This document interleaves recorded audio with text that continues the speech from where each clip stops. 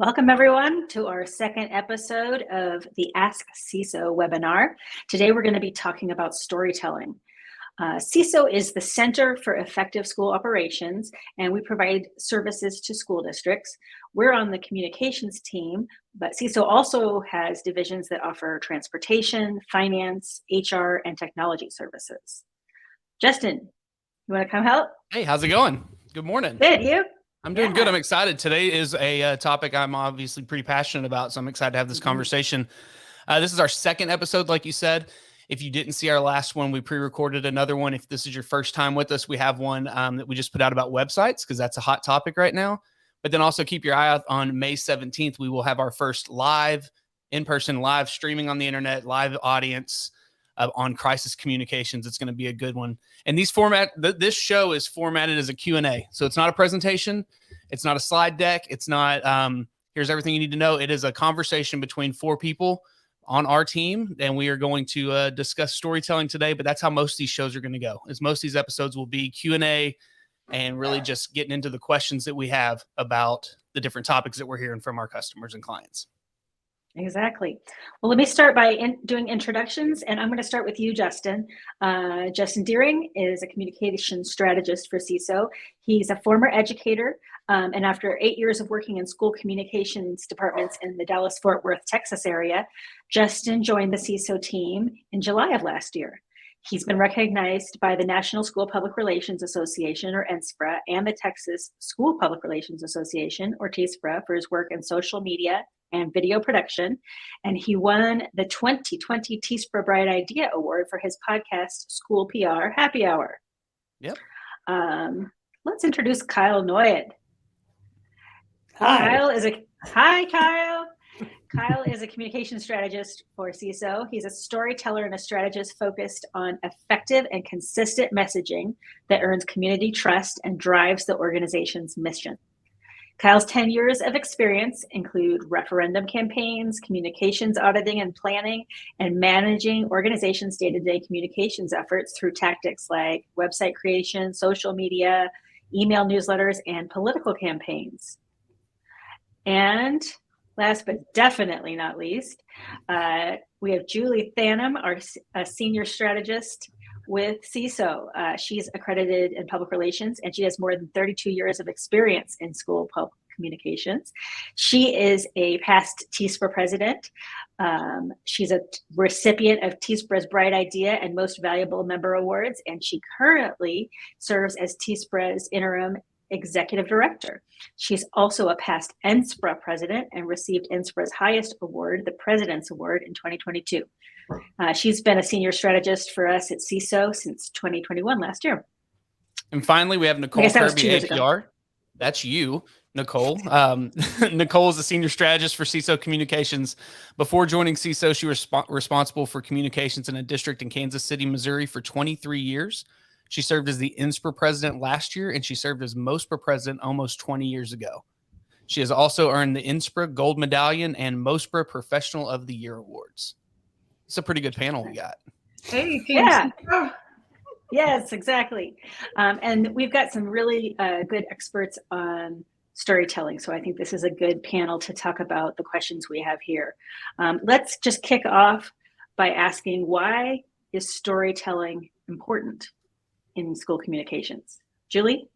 I think storytelling has become kind of a cliche or a buzzword in our profession, but I think it goes back to being one of the most important things that we do. It's our job to kind of hook a reader or a viewer and kind of bring our key stakeholders in for an inside glimpse of what's happening in our public schools. And I think one of the things that is happening, at least since the pandemic, is everybody has kind of had to compartmentalize their planning, their memory, everything. It's like you're on information overload. They're being they're inundated with all kinds of information. And I think it's very, very important for us in school communications to realize the most important thing is that we want to give them an inside look of what we're doing, and we want to tell them something that will kind of hook them and capture their attention, make them stop scrolling, so to speak, or to click on a video or to read a story. And just like I'm an old newspaper person, so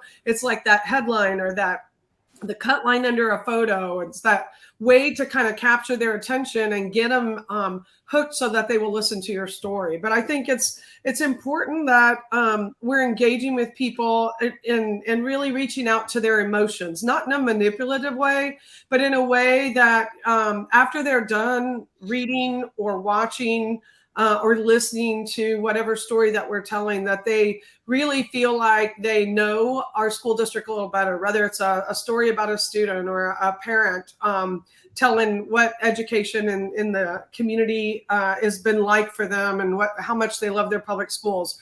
The custodian, the beloved custodian. These stories are things that we just want to read. And I think since the pandemic, especially, people used to plan out. Now it's like, can I just get to Friday? Can I just make it through today? So I think they're just inundated with so much messaging that it's important for us to tell stories and to give them a glimpse of what our brand is, who we are, what makes us different and sets us apart.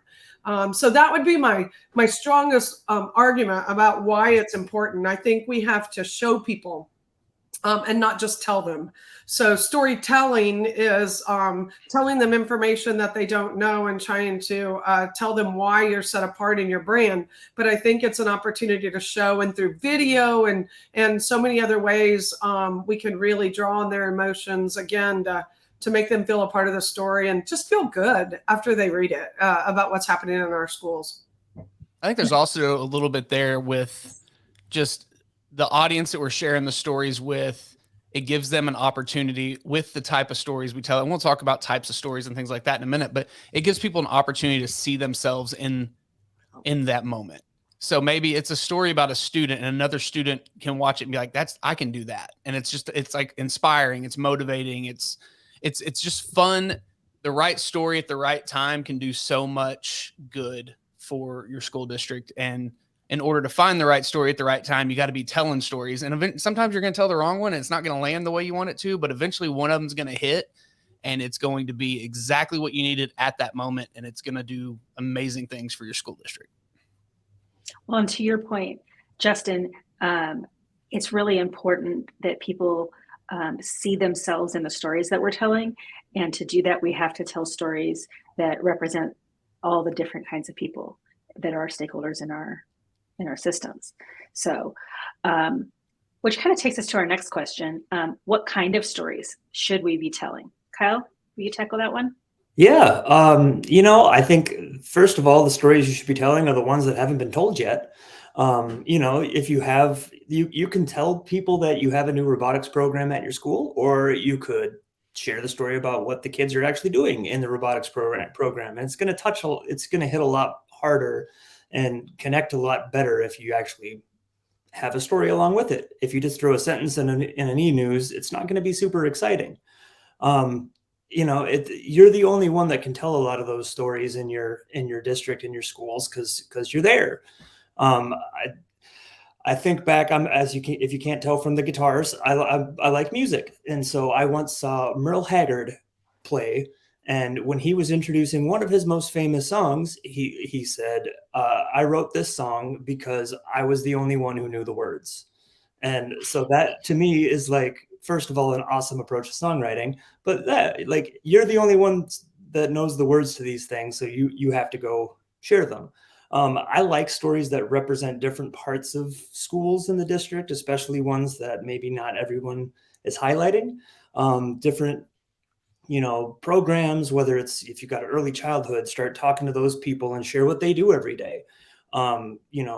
It's school lunch hero teacher appreciation, all those days. You don't just need to put up a post that says you appreciate people. You can talk to them and share their story and show what school looks like for them. That's a really big thing right now, is there's a lot of people talking about what school looks like. So I think it's really important for people in schools to be really providing that first hand account of what it looks like, and that it is different. I mean, it's different. School is different than when all of us on this screen were in it, for sure. Some of us have, I think we've all got kids in school on this screen, and it looks different than it used to. So it's important that we share that those messages and those stories about what it looks like. So be proud of what you're doing. I know with some districts, they don't like to brag about things, but it's like, you're doing cool stuff. So share stories about it, and you're going to connect the community to them.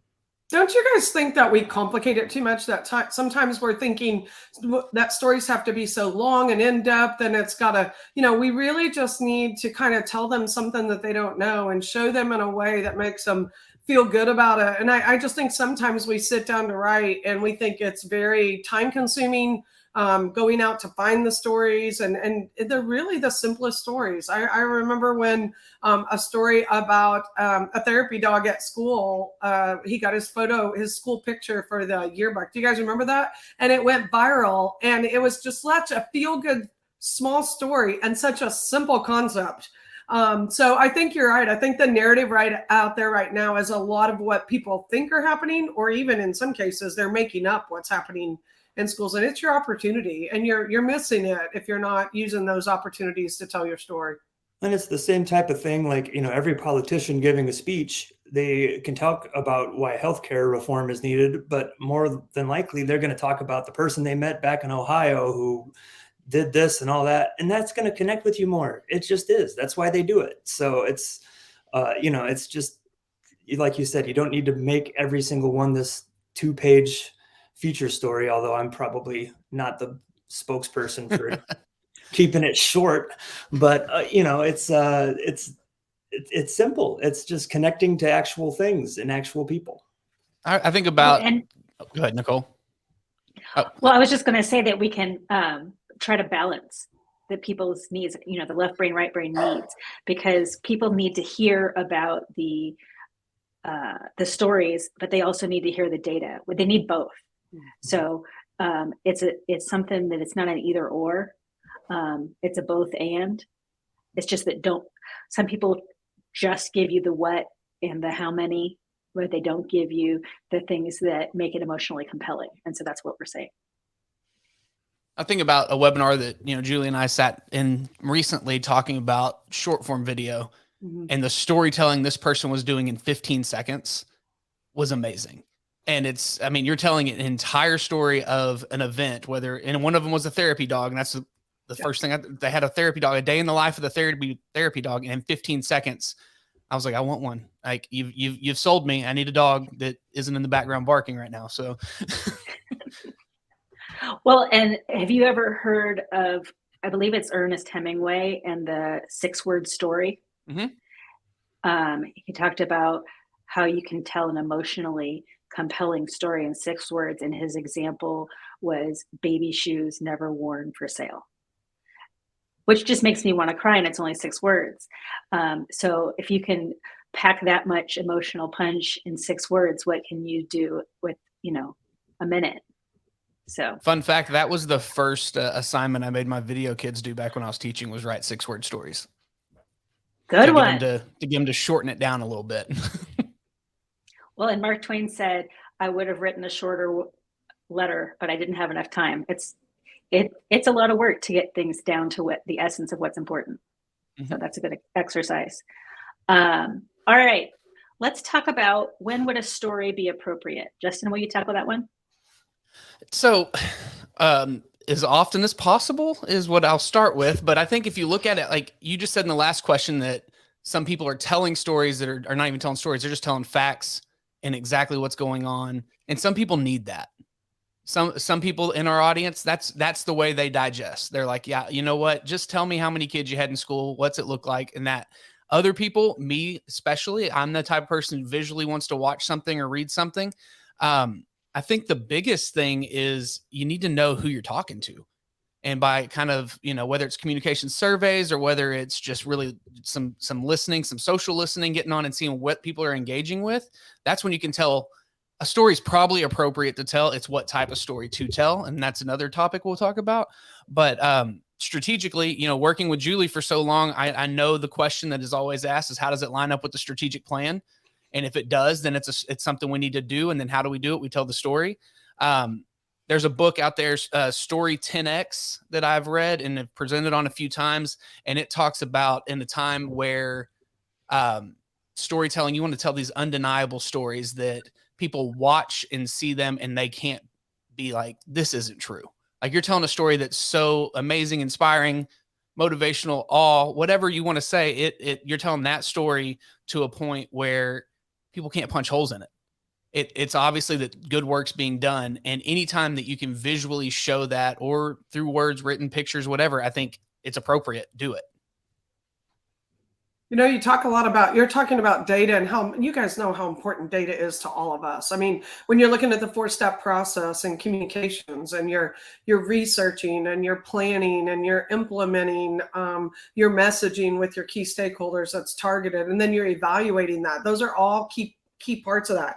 I think it's important to remember that you have to help your audience relate to the data that you're showing. And something as simple as the other day, we were talking about enrollment not being quite as not increasing at quite the rate in one of the districts that we were working with. And the superintendent looked at me and he said, even though enrollment's not going as high as they thought it was going to be, it's 800 kids a year. He goes, that's a new building. So we're in facility planning. That becomes part of that messaging, right?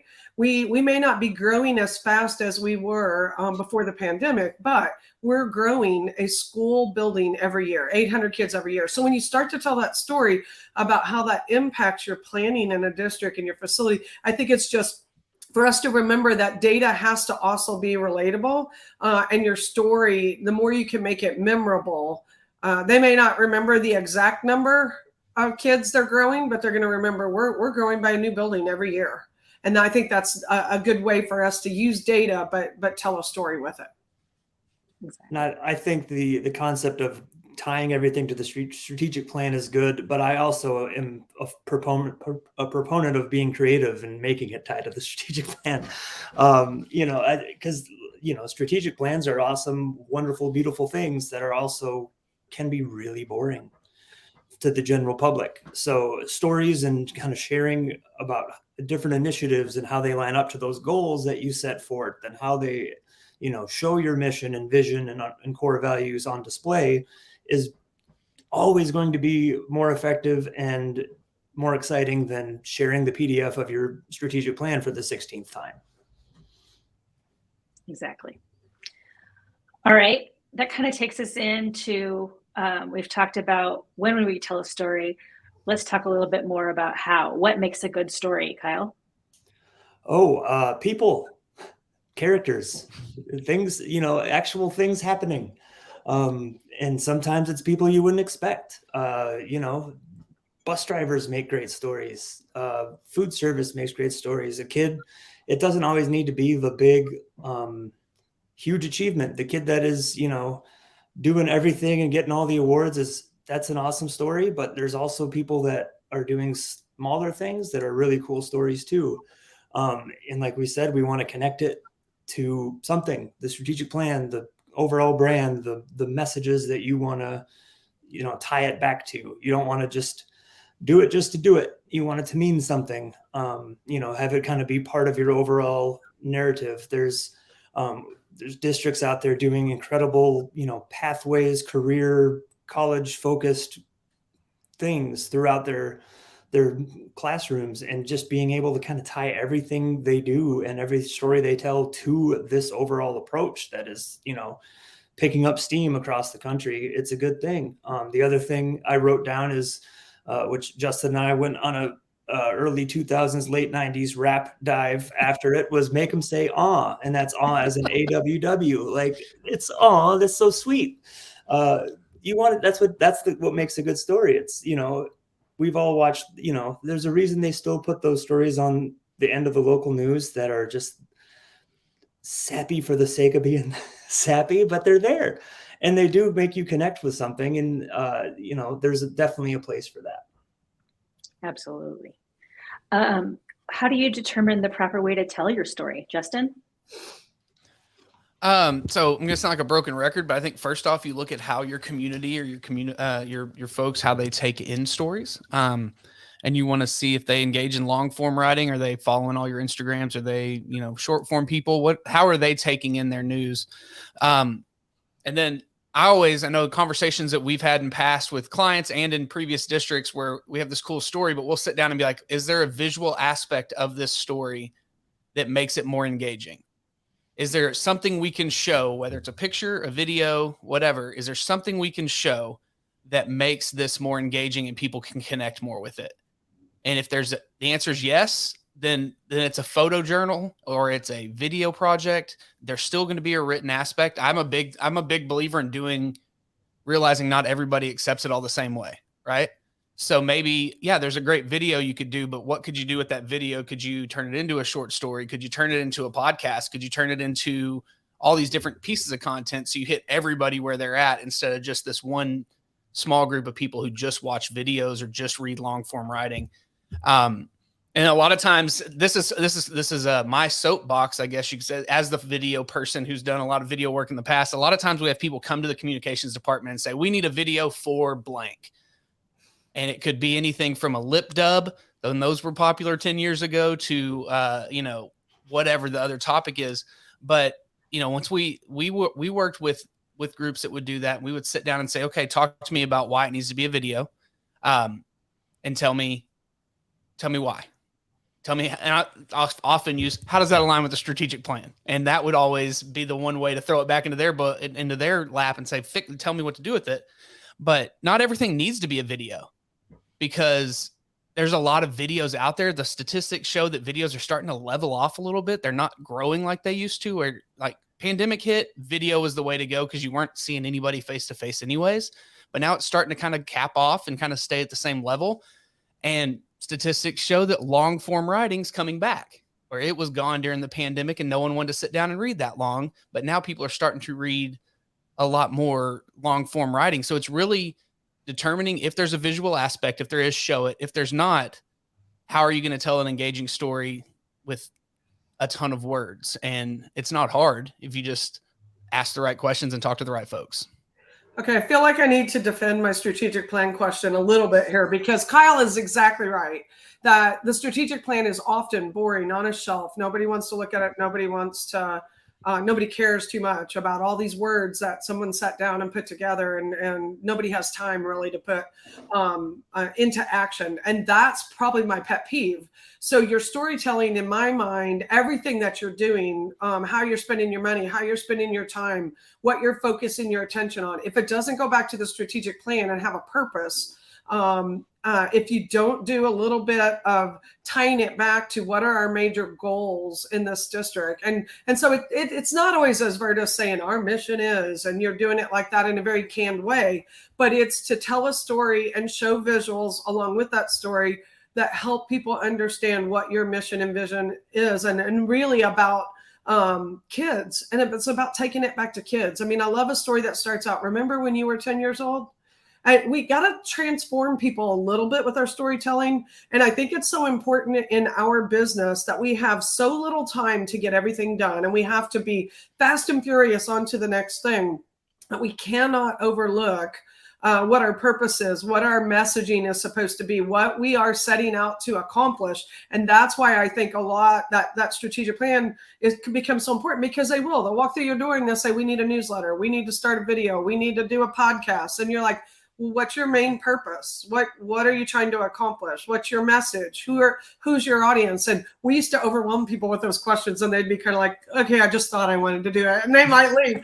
But it is really spending your time meaningful and being able to measure and go back and find out, did that story have the impact? Did the way we deliver it have the impact? And we have more analytics and information at our fingertips than ever before in this profession. And that's what's so exciting about the research and evaluation part. Is like, we were just on a webinar the other day talking about Instagram Reels, and right out of the bat, here we have this young school PR professional, started during the pandemic, right? Her first day was when everything shut down. That was her first day showing up for work. She's so enthusiastic. She's done a lot of research, and she's like, people who are on Instagram are 45% more likely to watch an Instagram. And she's spouting this data and this research that told her what's the proper way to tell my story. And she's doing it. And so one thing I would say about what you said, Justin, that I would reiterate, almost every story has some visual aspect or needs a visual aspect. I think we can all remember reading a great book, and you sit down, and there were no pictures in those books, right? But it was the descriptive words. It was being transported. My favorite book growing up was Little Women, which is kind of funny about me. But it's not necessarily my character, but I can literally close my eyes, think of the words leading into the story about these four sisters and how they were all different, their relationship and everything, and the way the author brought it. I didn't have visuals, so it can be done. But in this day and age, with the little time people are spending on one thing, 20, 30 seconds, maybe 60 seconds to watch a video, but probably not that long. The same individual talking about Instagram Reels was talking about, I had a 20-second Instagram reel, and the analytics showed me my audience stayed for 17 seconds. Think about that. I mean, we are just really honing down in the analytics to find out how long are our viewers just soaking in our message. And so I think that there's so much that we can do. And when you decide how to tell your story, if you can put visuals with it, if you can transport people to a moment in time when they were 10 years old or they made a decision, or remember your school custodian, I think those types of hooks kind of grab you in that storytelling and take you back to, okay, what are we trying to accomplish here? We want people to know the amazing things happening in the hallways of our schools, and we don't want other people telling our narrative. I think that's really what tying it back to the strategic plan kind of means to me. Anyway. And you're not. Well, and I would say you don't have. Go ahead. In those stories that are tied to your strategic plan, there's not a part that says, by the way, this ties to our strategic plan. You don't have on every video that has something to do with your strategic plan. There's not a big thing that says, look, here's the goal area. It's internal. You're doing it yourself. And you should always be guiding it to that. And I think I completely agree with you. It's incredibly important. But yeah, you're not holding up a sign that says this is part of the strategic plan. But you're sharing that in other ways. And I would just add to the whole, the thought of what's the proper way is, I don't know, try it out. Put it on your Facebook. Did it work there? Try it on the website. Put it here, put it there. Trial and error is okay. Like you said, we have analytics. We can see if it worked or not and change it for next time. But don't be afraid to use it across different places. I'm a big believer in using it more than once if we can. If we can do it in a web story and send it to media in a different form and make a social media post out of it, we shouldn't do it the same way in each one, but put it out there and make sure everybody has a chance to see it. Exactly. Well, and kind of getting back to what you were saying earlier about the 4-step communication process, Julie, when somebody comes in and says, I need a video, they are skipping 2 steps. They're skipping ahead 2 steps. They're going straight to implementation. And so my team in my former district learned, okay, no, if you want us to communicate there, we need to give you a communication plan. We need to back you up 2 steps. And so the strategic way you can do that, it does exactly what you're saying. It ties it to the strategic plan. It ties you to the goals of the district. We had a goal in my former district of telling at least 13 stories that were in-depth stories over the course of the year that supported the strategic plan.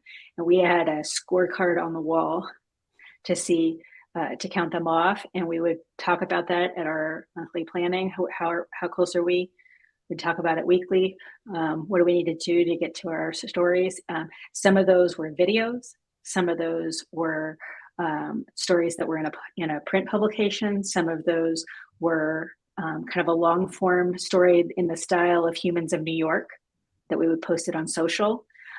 We did them in a bunch of different ways, and we tried to represent different grade levels, different genders, different races, some of them were staff, some of them were students, some of them were alum. And so we try to be representative with that. And all of those things, the underlying message was that they were Trojan horses.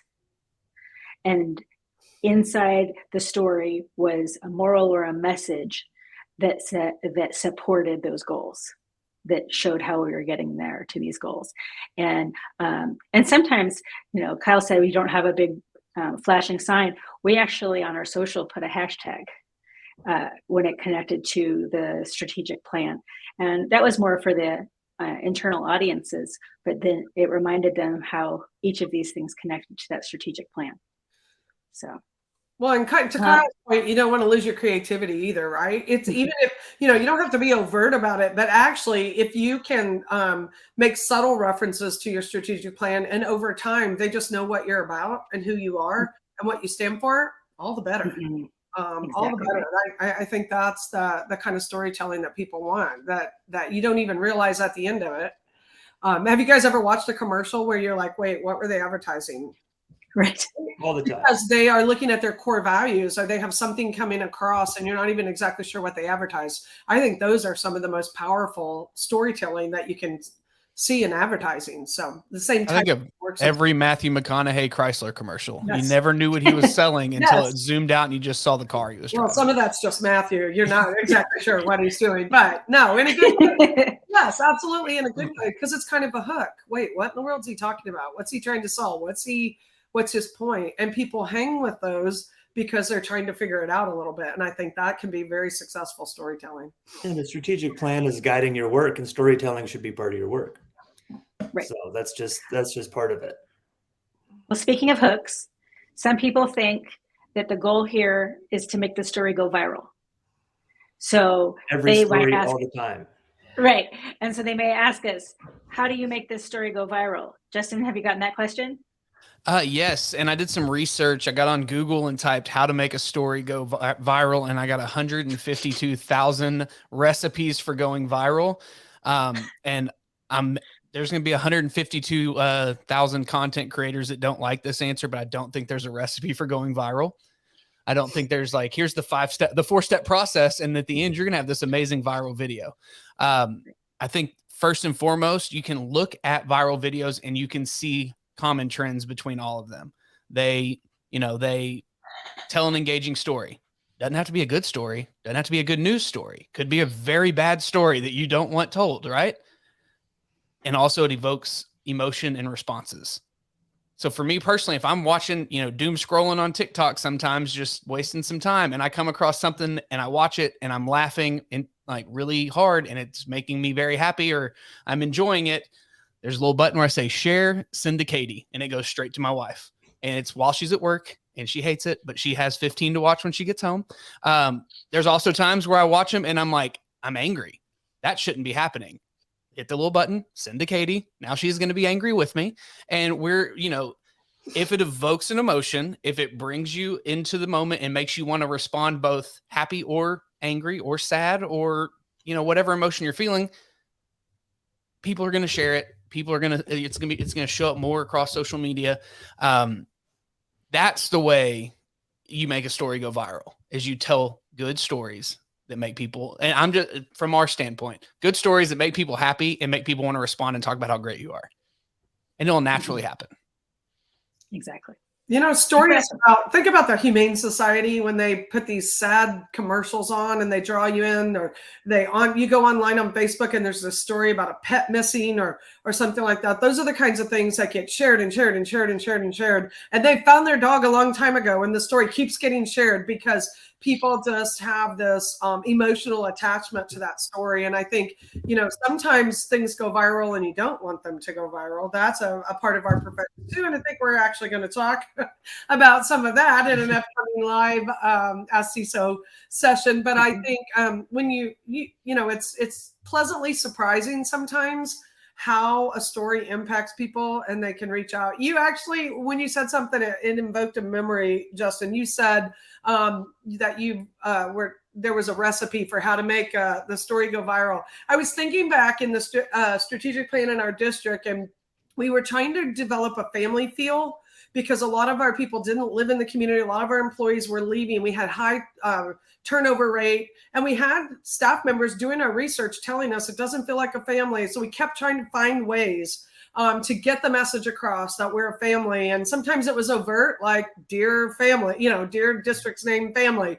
But one of the things we did at the holidays was, I remember we got the superintendent, he would get up and he told a story about his grandma making apple pie. And we went around to every campus and we had apple pie.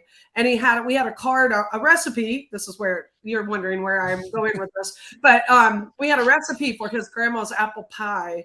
Now, the irony in all of this is that we weren't actually serving his grandma's apple pie. His grandma had passed away, and this was a memory from his childhood. But he would get up and tell them, we would get everybody a copy of this card, had our core values, and what we stood for as a district on one side, and on the other side we had Grandma Faltus's, apple pie recipe, and we shared it with their family, and then we cut apple pie and we sat down and ate together. And that kind of went, they heard about it campus to campus. Have they come and had apple pie with you yet? Has he told the story about his grandma? And I just think that you can take something very, very simple, and when there's a story that goes with it. And again, we didn't even feed them grandma's recipe. I think we got the pies at Costco or something like that. So it just is, but it's a reminder, and it's a telling the story. And he was a master at it. My former superintendent could get up and tell a story for almost anything.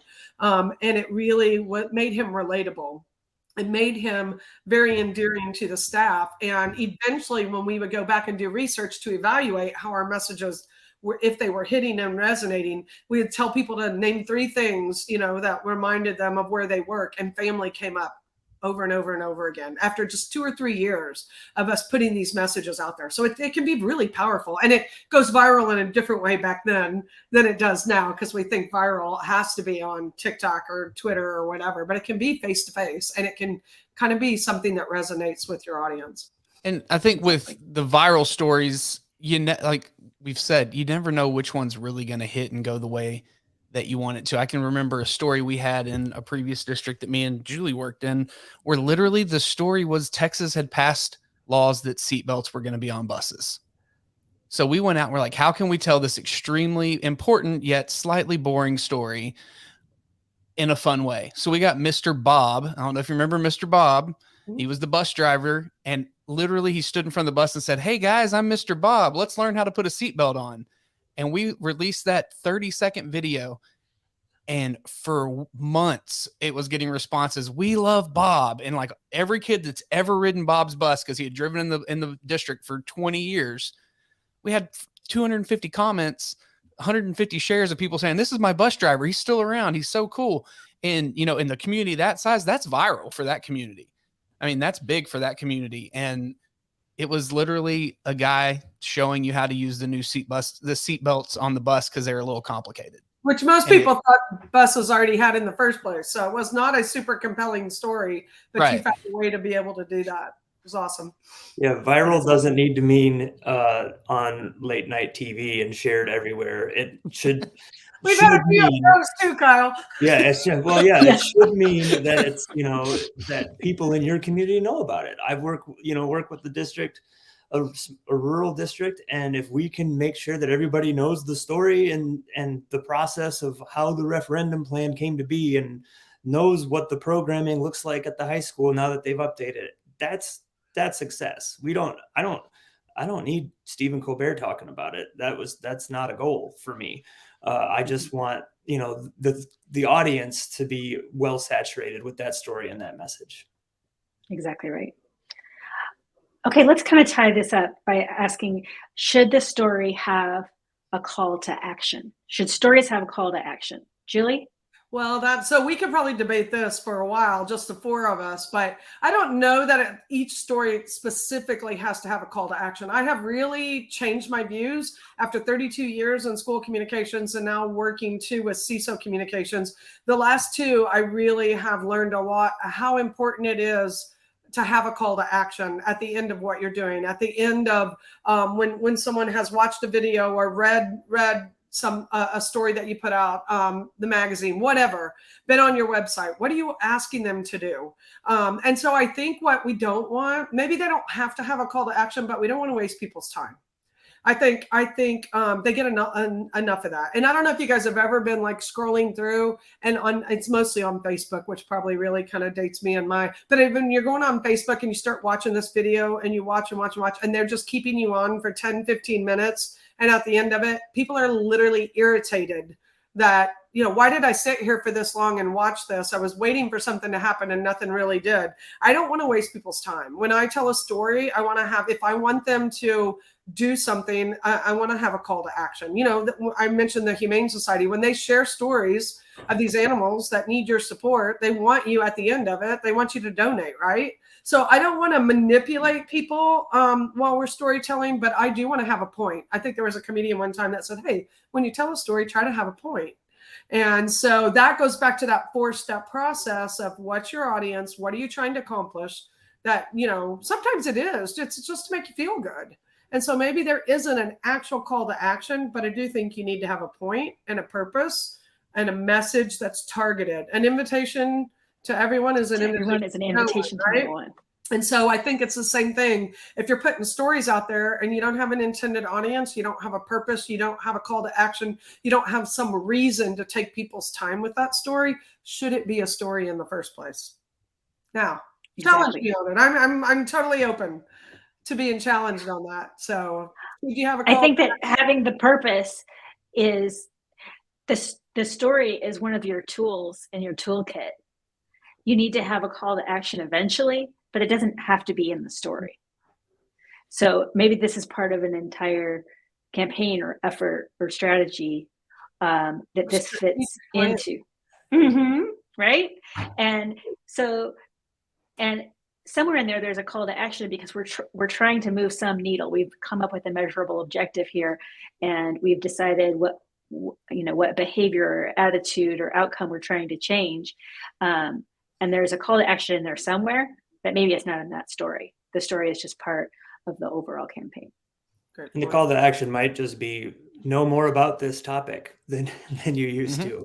Right. You know, it might just be, you know, we changed programming. Here's a story about programming. Whether you know it or not, you now know more about the programming than you did 10 minutes ago. So yeah, it's like I said, about same with the strategic plan. There's not a flashing button that says, now this is the part where we tell you how it's connected. There's not always this is the call to action, but sometimes there is. So. Exactly. Well, thank you all so much for your time. Thanks, Julie, Kyle, especially Justin, for making all of this run beautifully. And I hope that you will mark your calendar to join us for our first live episode of Ask CESO. We're going to be talking about crisis communication. That'll be 10:30 a.m. Central Time on March 17th. And it will be available afterward if you're not free at that time. And if you want to learn more about CESO and all the services that we offer to school districts, including communications, go to theceso.com, THECESO.com. And if you'd like to talk to us about providing communication support in your district or in your organization, contact Bob Noyed. His contact info is on the screen, or contact any of us here on the screen. You might know one of us, and we'd love to hear from you. Thank you all. That live show is May 17th at 10:30. May 17th at 10:30 a.m. Central Time. Got it. Very good. Thanks, guys. Thanks. Thank you.